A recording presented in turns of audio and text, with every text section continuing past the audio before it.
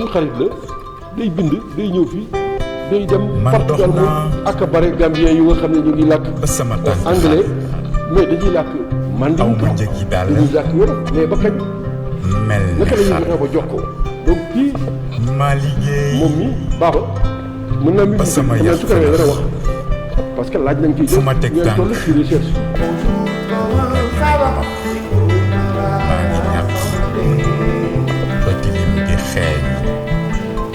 jàmm amuma ko ndax ay feeñ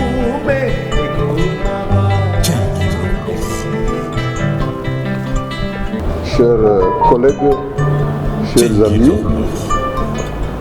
au Sénégal, en Afrique et dans le reste du monde, merci d'avoir répondu présent à notre journée de partage et de plaidoyer sur la recherche, l'économie, les thérapies.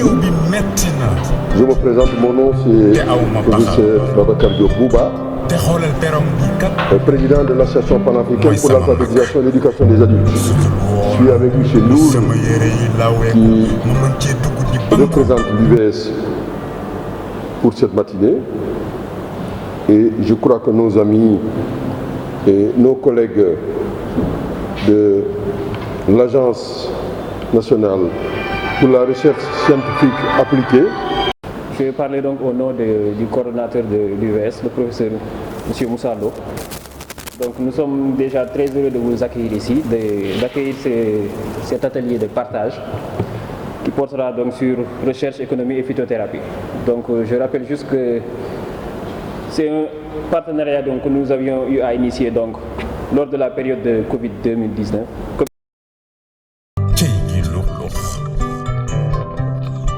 Ils mangent bien, ils se soignaient. Quand les femmes accouchaient, ils ont leur méthode. Même quand l'enfant venait par les pieds, il y avait une maman avec leur incantation.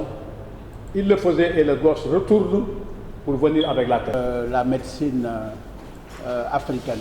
Je n'y accolerai pas le qualificatif de traditionnel parce que souvent, dès qu'on y affiche le qualificatif traditionnel, ça veut dire qu'il y a une moins-value qu'on essaie d'afficher là-bas. Au Sénégal, ñu mën a di weccoo xalaat yow lan moo ci sa xalaat ak lan ngeen def foofu ci Banjul. waaw jërëjëf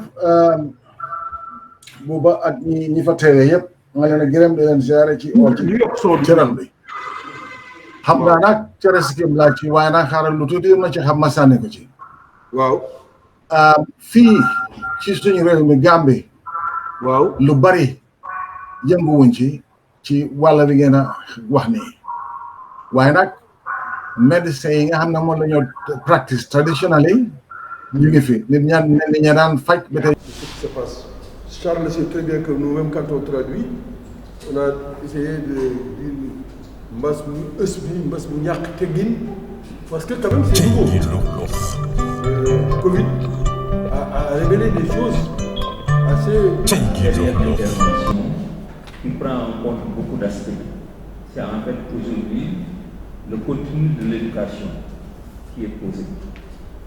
Pas seulement l'éducation non formelle, l'alphabétisation, mais l'éducation dans sa globalité.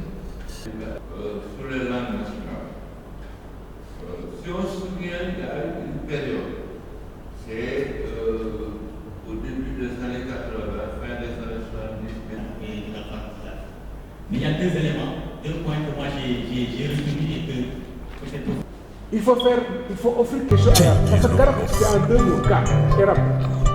GA c'est prévenir, RAP c'est le génie. Donc là, c'est pas le génie. Quand tu viens voir ici, il faut lui offrir quelque chose.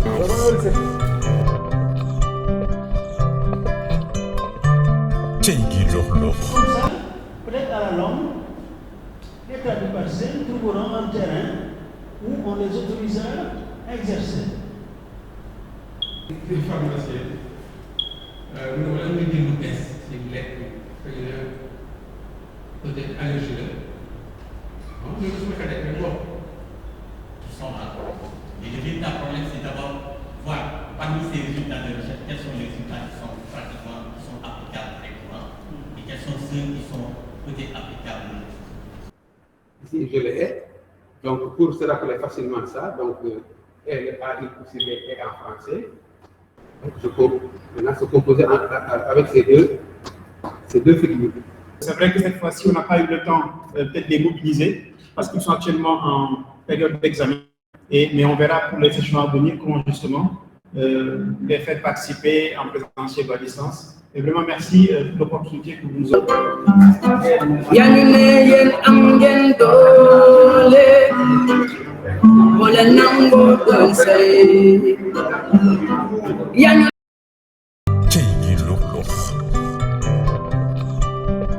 La volonté comme une réponse face aux nombreuses problématiques auxquelles nous faisons face. C'est des problématiques de santé, c'est des problématiques économiques, financières. Donc il y a cette nécessité, n'est-ce pas, de préconiser le développement endogène. Mais regardons la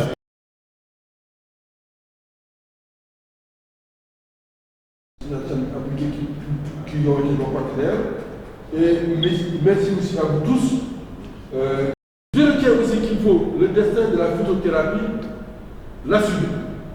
Il faut accepter que c'est une réalité permanente et non pas accidentelle, la phytothérapie. Certains m'ont dit il faut recycler les médecins, les reformater, les pharmaciens. Il faut faire un plaidoyer au lobbying en direction des assemblées, en direction des ministères.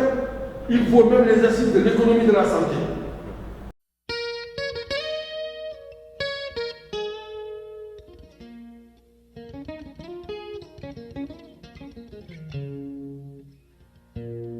Je suis Ndeda Rofal, coordinatrice de programme ANAFA, Association nationale pour l'alphabétisation et la formation des adultes. De nouveau du projet Covid-19, ANAFA Grande-Bretagne. L'installation d'une mini-industrie de savonnerie à Kermassar est réalisée en partenariat avec l'ambassade de la Grande-Bretagne dans le cadre de la riposte contre la pandémie Covid-19. Il s'agit, à notre niveau, nous, ANAFA, d'apporter une réponse à la pandémie Covid-19 par l'autonomisation des femmes, analphabètes et néo-alphabètes, et la mise en place d'une unité de production. Le financement qui nous a permis de former nos femmes membres et de mettre en place une unité de production dans la banlieue de Dakar et de mener des activités de sensibilisation pour faire face aux impacts de la Covid-19. Ce choix de la zone n'est pas fortuit. En plus de la précarité qui sévit le taux d'analphabétisme qui est très élevé, le manque de formation reste un problème majeur dont ces femmes sont victimes. C'est sous cet angle de la situation actuelle, sociale, économique et démographique qui affecte la population cible que ANAFA a vu l'importance d'implanter dans cette localité une unité de production de savonnerie. Par rapport aux aspects importants de ce projet, c'est la formation de nos membres, la mise en place de cette unité de production, la conscientisation des communautés, les activités de sensibilisation, aussi surtout sur le renforcement du pouvoir d'achat des femmes impactées par la Covid-19 par une activité génératrice de revenus. Nous remercions vivement notre partenaire stratégique, à savoir l'ambassade de la Grande-Bretagne. C'est un petit pas dans notre grande ambition de pouvoir nous formaliser, aller vers la création d'une entreprise formelle pour la pérennisation des projets et de l'acquisition de nos propres industries de production de savon.